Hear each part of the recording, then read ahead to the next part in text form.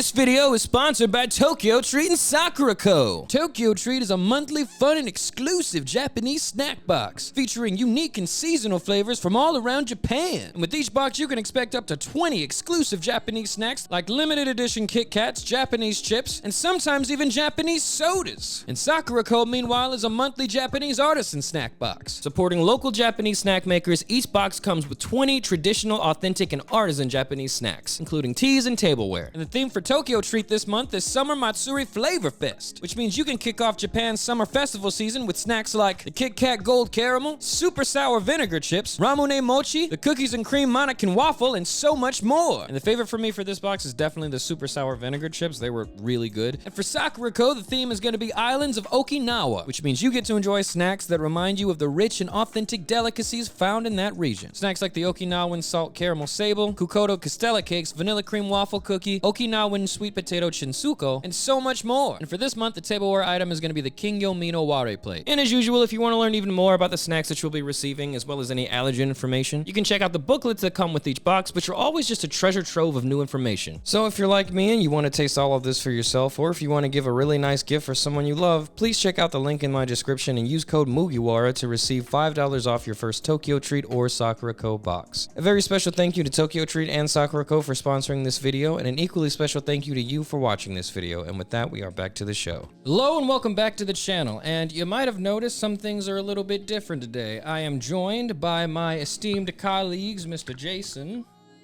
What's up? Not as enthusiastic as I would have wanted that to be. I did not expect to be introduced. You didn't expect to be introduced? First. Oh, I was about to say, like, that's...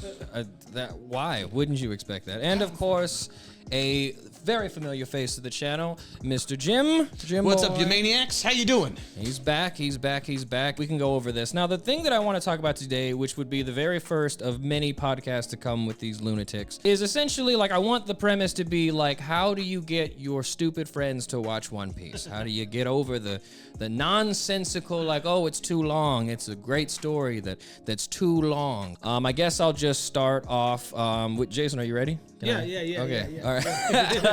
I was gonna say, when did you get into One Piece? I got into One Piece several years ago, and it was because of you.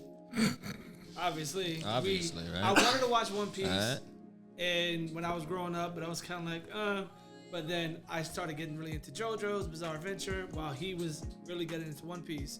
And we kind of did like a pact where he would watch JoJo and I would watch One Piece. But it was pretty quickly into watching One Piece that it was just like, you know what, fuck it. The pact can go out the window. I'm here. I'm locked in. Awesome. And would you say, was it like difficult for you when you first started watching it all? It was difficult because of the same thing what Jim said off camera was because of the 4 kids dub. That's what made it super difficult. Yeah. I'm gonna cut, because before we get into our questions, I'm gonna cut it there, but that's a good point. That's a really good point. So take note, everybody. The 4 kids dub, maybe not the best way you should start watching One Piece. But Jim, when did you first get into One Piece? Well, since we just got done saying 4 kids, that's when I first noticed it when I was a kid. And compared to like Metabots, Beyblade, Yu-Gi-Oh, Pokemon,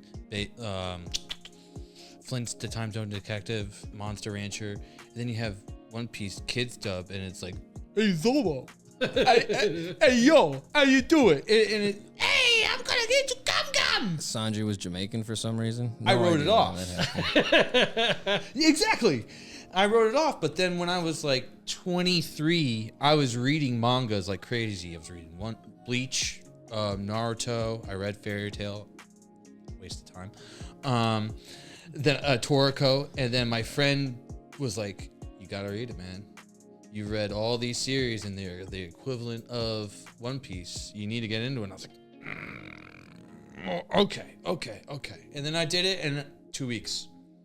Caught up, and it was right around the time of when Sabo got the flame fruit. You got caught up in 2 weeks to dress Rosa from like literally from the bottom to dress Rosa in 2 weeks? That's insane. Damn. That's actually impressive. Jesus. Well, I would work nights, and then when I would come home, I would sleep, and then in the daytime, I'd wake up and I would read. That's dedication. Till I had to go to work. That's dedication. Well, just to go to me before we get into the questions, I've said it a couple of times on the channel. Like the first time I got into One Piece, you can actually verify the story because we actually worked together. Yes. I was. How long ago was it? It was like, how long ago was that? It was like 3 years ago. Or more. Maybe 4. Maybe even 4 years ago. I got into it. I don't remember why I started watching One Piece, but if anything, that's like very indicative of my mindset at the time. I was working nights at the time. We were together. He was my supervisor, by the way. Jason was. And we were working nights. It was very just like, I think I was just looking for, I don't know if I was specifically looking for something to change my life or not, but I just started watching One Piece, and I just remember like, because I never really gave it a shot, and I took it, it's like an anime from the 90s. Obviously, it's going to take you a second to really lock into, like, I gave it a bunch of passes, but by episode 3, I was starting to see what was endearing about it. And what's funny is, and this is the part that I've said on this channel, what it led to, I'll never forget. I was almost at the end of Dressrosa. I was still working at the same job, and just something in me just, like, clicked, and I just said, I was like, you know what? Luffy wouldn't take this.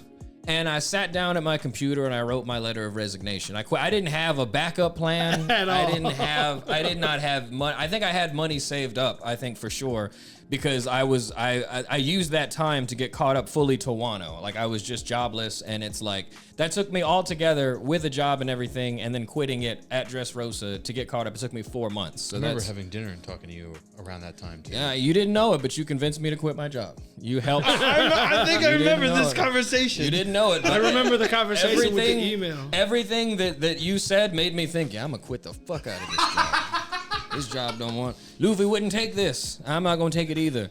So, needless to say, I think everybody on this panel would agree that it is a series that will change your life. Oh, 100%. Oh, yeah. I think we'd all agree. I don't even know if it's even something that you let happen. I think it's just something that, like, the more you know about these characters and feel for them, it's just, there's no way your life's not going to change. It gives you many perspectives. Let's get into the specifics of what I want to talk about. And the first question, Jim, if you want to lead us into it, what would the first question be? My question is, when did the art not affect your opinion on wanting to watch it, and you kept wanting to watch the next episode? You're like, man, this kind of looks goofy. This kind of looks zany. I don't know if this can grab me. But then all of a sudden you're like, this actually looks cool. This is interesting. All right. And then it goes away, and you're just on that ride. You start to appreciate the flow for it. Because I have a lot of friends that, oh man, that arc looks weird. Why? You're comparing that to like Attack on Titan while they're like eating people, consuming them. Like, I get that, but you have some wacky. At the point my friend was watching, it was Big Mom's Whole Cake Island, and he was like, why are the trees talking? Why is there candy talking? What's going? And I'm like, you gotta understand what her power is, dude. Yeah, you gotta be there for the build up. One Piece is the story. That's one of the reasons why I like it so much. Like at times it does sometimes it is more forgiving, but sometimes it does kind of demand like your investment to appreciate. Especially to appreciate everything, it definitely does demand your investment. But I think that's fair. Like it's what proves that it's not 1,000 episodes of fluff. Like it's what proves that like everything that's happening serves a point, even if it's just to deliver a really good joke. Like it serves a point. So I think I have 2 instances for me.